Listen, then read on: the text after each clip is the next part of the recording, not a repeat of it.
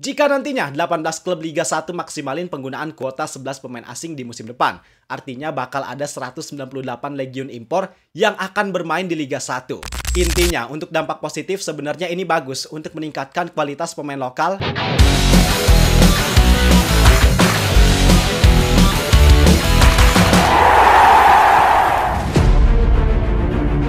Beri Liga 1 memang perlu berbenah, masih banyak hal yang harus ditingkatkan, mulai dari regulasi, kualitas wasit, hingga pemain itu sendiri. Dan salah satu alternatif untuk meningkatkan kualitas liga agar lebih kompetitif adalah dengan adanya pemain asing. Pemain asing yang biasanya punya kemampuan lebih baik dibanding rata-rata pemain lokal memang jadi faktor utama mereka untuk direkrut. Mereka juga di sini bukan cuma numpang nyari makan, tapi mereka nyatanya dibutuhkan untuk meningkatkan kualitas sepak bola Indonesia. Baru-baru ini kita semua dapat kabar bahwa Pak Ferry Paulus selaku Direktur Utama PT LIB punya rencana untuk mengubah regulasi terkait pemain asing di Liga 1. Perubahan regulasi itu berupa penambahan kuota pemain asing, yang di musim ini pemain asingnya ada 8, di musim depan bakal bertambah jadi 11. Angka yang cukup banyak dari biasanya. Penambahan kuota pemain asing di musim ini aja udah cukup bikin banyak pihak kaget dan menuai pro kontra. Nah ini malah ada rencana buat nambah lebih banyak lagi. Tapi ini baru rencana. Katanya keputusan final akan diserahkan ke PSSI. Nah sebelum keputusan ini nantinya dibatalkan atau disahkan, kita penting buat memahami sebenarnya apa sih yang mendasari keputusan ini. Gimana impact baik buruknya khususnya untuk sepak bola Indonesia, dan sebaiknya apa keputusan yang harusnya diambil. Harapannya setelah kalian nonton video ini, kita bisa bareng-bareng kawal langkah ini. Apakah memang harus dilanjut atau dibatalkan? Jangan sampai kebijakan yang niatnya bagus, tapi malah jadi bumerang bagi sepak bola Indonesia. Bareng gua, Zidane Fatoni, langsung aja kita bahas. Biar gak gitu-gitu doang, tahu sepak bola.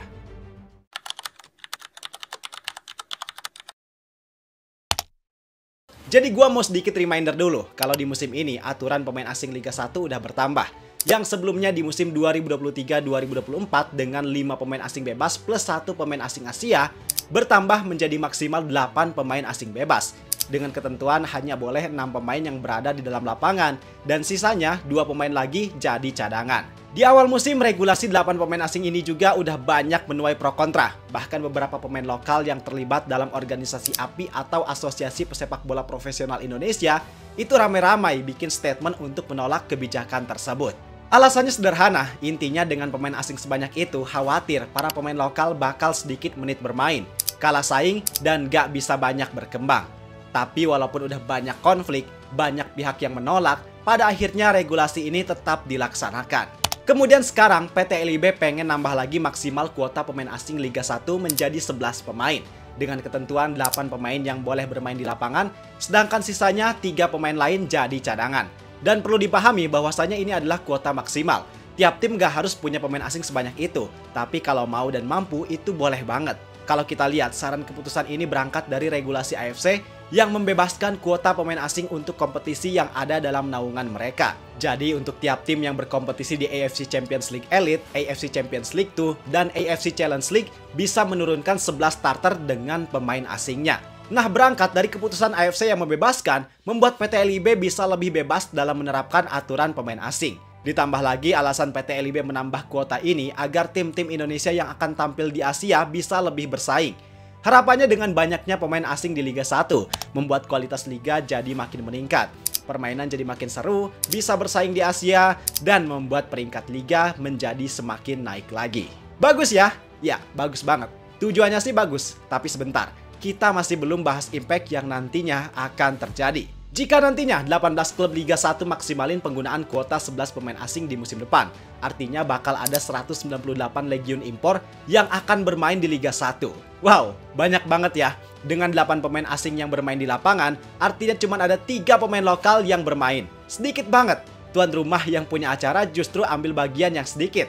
Tapi mari kita bahas dampak dari regulasi ini. Gua bakal bagi pembahasan dampaknya ke dalam positif dan negatif. Yang pertama, positifnya dulu. Dengan banyaknya pemain asing di Liga 1, jelas bakal ningkatin kualitas liga.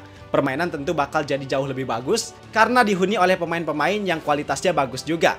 Dengan begitu, liga bakalan semakin kompetitif, bisa lebih seru, menarik buat ditonton, dan pada akhirnya eksistensi dari Liga 1 bisa jadi lebih kuat lagi. Kedua, bisa nambah kekuatan untuk bersaing di Asia. Ini tentu jadi dampak yang paling kerasa banget, karena sejauh ini tim-tim Indonesia nyatanya susah buat bersaing di Asia.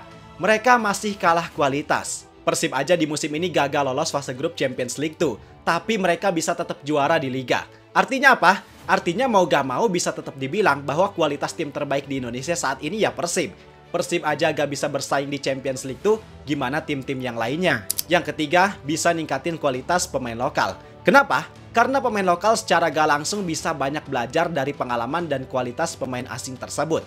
Pemain asing bisa berperan jadi rekan sekaligus mentor. Harapannya dengan pemain lokal yang banyak belajar, itu jadi bisa ningkatin kualitas mereka juga supaya di kemudian hari, kualitas minimal pemain lokal kita itu bisa setara dengan pemain asing di Liga 1. Dampaknya tentu nggak kerasa sekarang, tapi semoga di kemudian hari hal itu bisa benar-benar kerasa. Dan satu lagi, dampak positifnya adalah kalau pemain lokal yang punya mental buat bersaing, ini bisa sekaligus jadi filter buat mereka.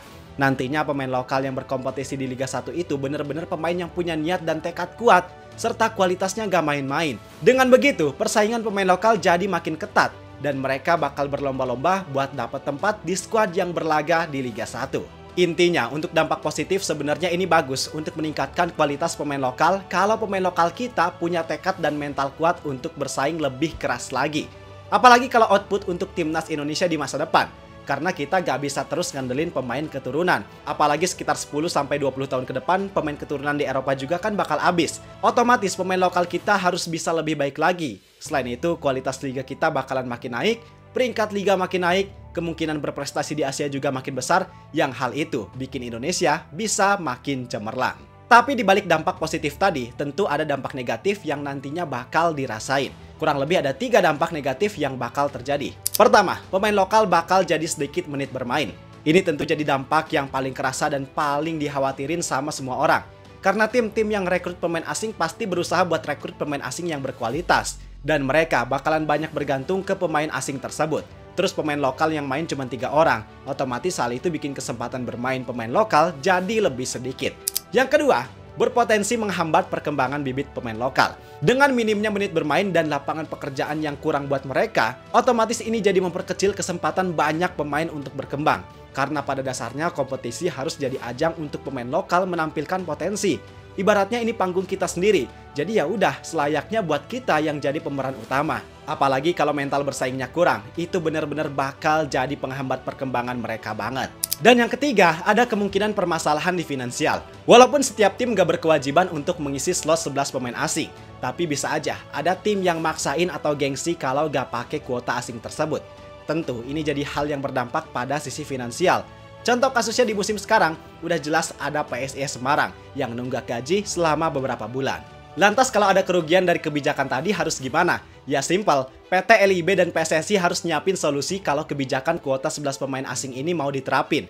Jangan cuma mereka nerapin kebijakan yang bikin rugi beberapa pihak, tapi gak ada solusi buat pihak yang dirugikan tersebut. Kalau dari gua, berdasarkan pembahasan tadi, ada beberapa solusi yang bisa jadi alternatif. Pertama, adain kompetisi domestik Piala Indonesia. Ini jadi kompetisi yang lumrah di berbagai negara, bahkan di Indonesia sempat ada tapi sekarang vakum. Dengan adanya Piala Indonesia, tentu setiap klub jadi punya match yang lebih banyak dan lebih padat. Otomatis ini jadi peluang untuk klub melakukan rotasi pemain. Dan hal ini berdampak pada kesempatan serta menit bermain yang lebih banyak. Alhasil, kesempatan tampil pemain lokal bisa tetap terjaga. Kedua, benahi pembinaan usia dini agar lebih kuat dan matang lagi. Ini penting, terutama buat para pemain muda agar bisa berkembang. Mereka harus punya mental dan semangat yang kuat agar mereka gak kalah dan gak minder ketika harus bersaing dengan pemain asing yang notabene kualitasnya lebih hebat dari mereka. Dan yang terakhir, perketat regulasi finansial. Jangan sampai ada kejadian penunggakan gaji lagi. Menurut gua, ini hal yang benar-benar harus dihindari dan punya konsekuensi berat kalau emang terjadi. Jadi jangan sampai ada tim yang maksain buat ngerekrut pemain asing sebanyak itu kalau ternyata finansial mereka gak bisa bertahan sampai akhir musim. 3 hal tadi kalau berhasil diterapin menurut gua bisa jadi alternatif solusi dari beberapa dampak kerugian yang dihasilin dari kebijakan kuota 11 pemain asing. Cuman yang jadi masalahnya, bapak-bapak pengurus mampu nggak buat ngasih solusinya juga. Pada dasarnya setiap kebijakan atau langkah yang diambil emang punya sisi baik dan buruk. Tinggal para pemangku kebijakannya alias PSSI dan PT LIB yang harus ngambil keputusan dengan tepat. Mereka harus lihat dari segala aspeknya. Dan kalau memang mau diterapin, ya harus juga disertakan solusi untuk kerugian yang nantinya bakal terjadi. 11 pemain asing jelas banyak. Tapi apakah ini tepat untuk sepak bola Indonesia saat ini? Jadi menurut kalian gimana bang? Kalian setuju gak terhadap regulasi penambahan kuota 11 pemain asing ini? Gua juga mau denger pendapat kalian, coba tulis aja di kolom komentar. Dan kalau lo suka video ini, jangan lupa like, subscribe, dan nyalain lonceng biar gak ketinggalan update sepak bola Indonesia dari sudut pandang yang beda, lebih mendalam, dan gak gitu-gitu doang. Gua Zidane Fatoni pamit dulu. Terima kasih buat kalian semua yang udah nonton video ini sampai akhir, dan sampai jumpa di video berikutnya.